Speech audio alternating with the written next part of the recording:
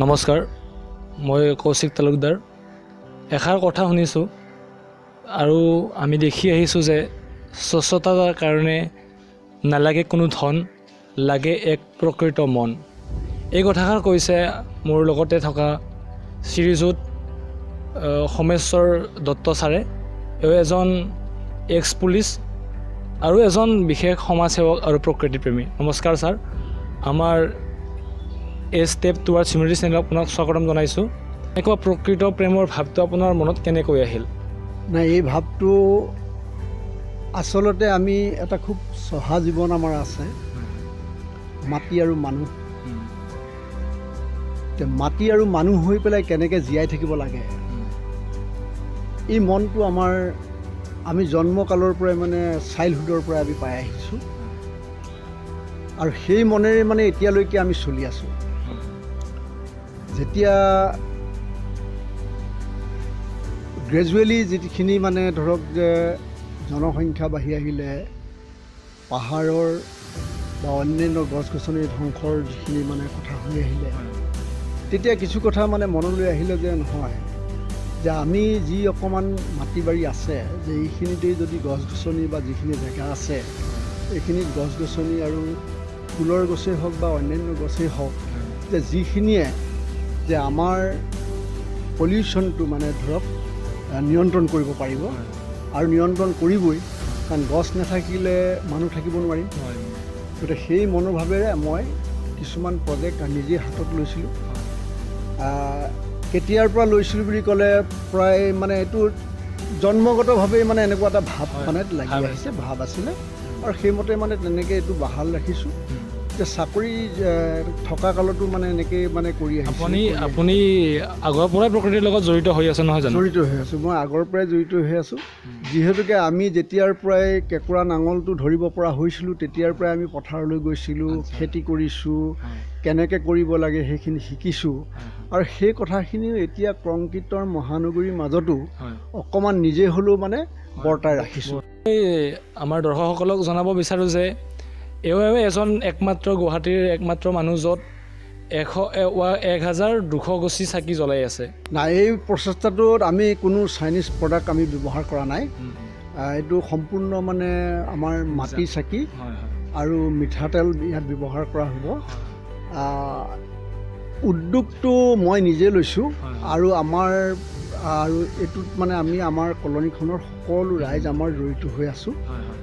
তেওঁলোকৰ হেৰিয়াত আমি গোটেইখিনি মই প্ৰচেষ্টাটো লৈছোঁ, লৈ এনেধৰণে আমি আজি 3 বছৰ হৈছে, এই 3 বছৰ এনেধৰণে কৰি আহিছোঁ।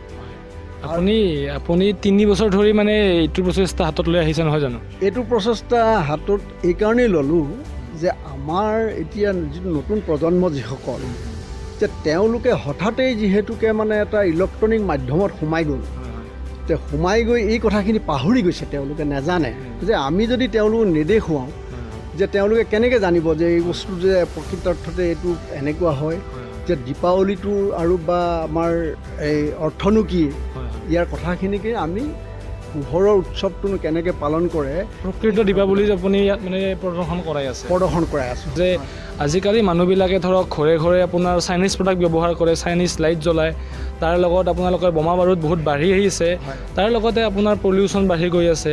এতিয়া আপোনালোকে অসমীয়া কৃষক বা অসমীয়া মানুহসকলক দুপুচে দিয়াৰ কাৰণে যদি চাকি দুকুচি আমি ঘৰত জ্বলাই কেনে সজাওঁ, তাৰ পৰা আপুনি কিছু কথা ক'ব বিচাৰিব নেকি? নহয়, নিশ্চয়। মই কথাটো আগতে কৈছোঁ যে আমি যিহেতুকে মাটি আৰু মানুহ হৈ পেলাই জীয়াই থাকিব লাগিব, এতিয়া আমাৰ মৃৎশিল্পৰ লগত যিসকল জড়িত হৈ আছে, যে তেখেতলোকে কেনেকৈ জীয়াই থাকিব যদি আমি এই মাটি চাকি গছ যদি তেওঁলোকৰ পৰা নিকিনো? তেওঁলোকে বছৰেকৰ মূৰত এটা উৎসৱ আহে, এই উৎসৱটোতে 2 পইচা পাই পেলাই তেখেতলোকৰ ল'ৰা ছোৱালী পোহপাল দিব বুলি ভাবি আছে। তো সেইকাৰণে এই প্ৰচেষ্টা ভাবিছোঁ, 1 নম্বৰ যে ইয়াৰ পৰা পলিউশ্যনটো ফ্ৰী হ'ব, 2 নম্বৰ কথা আমাৰ মৃৎশিল্পটো বাচি থাকিব, তেওঁলোকৰ পৰিয়ালটো বাচি থাকিব, 2 পইচা তেওঁলোকে পাব।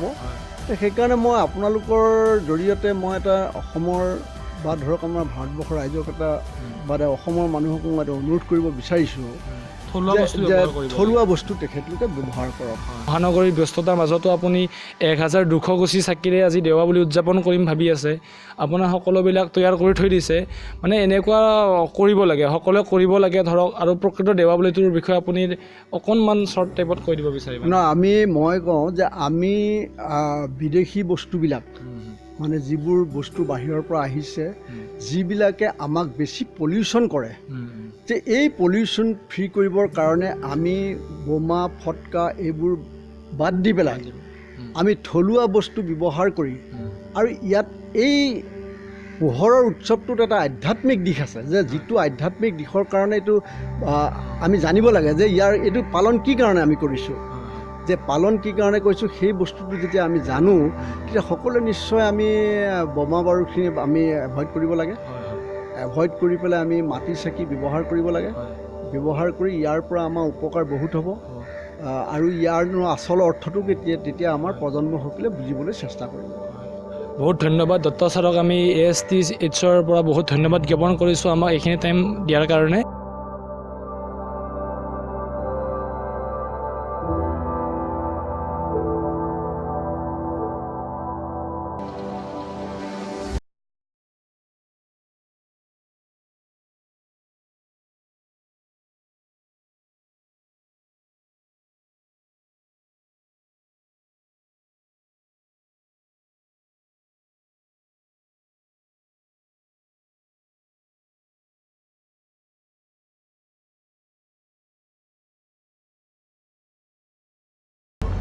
Hello guys, welcome back to our YouTube channel. আজি আমি উপস্থিত হৈছোঁ নাৰাংগী হাউচিং কলনী, আৰু ইয়াত চাব পাৰে আপোনালোকে জ্বলোৱা হৈছে 1200 গুছি ছাতি।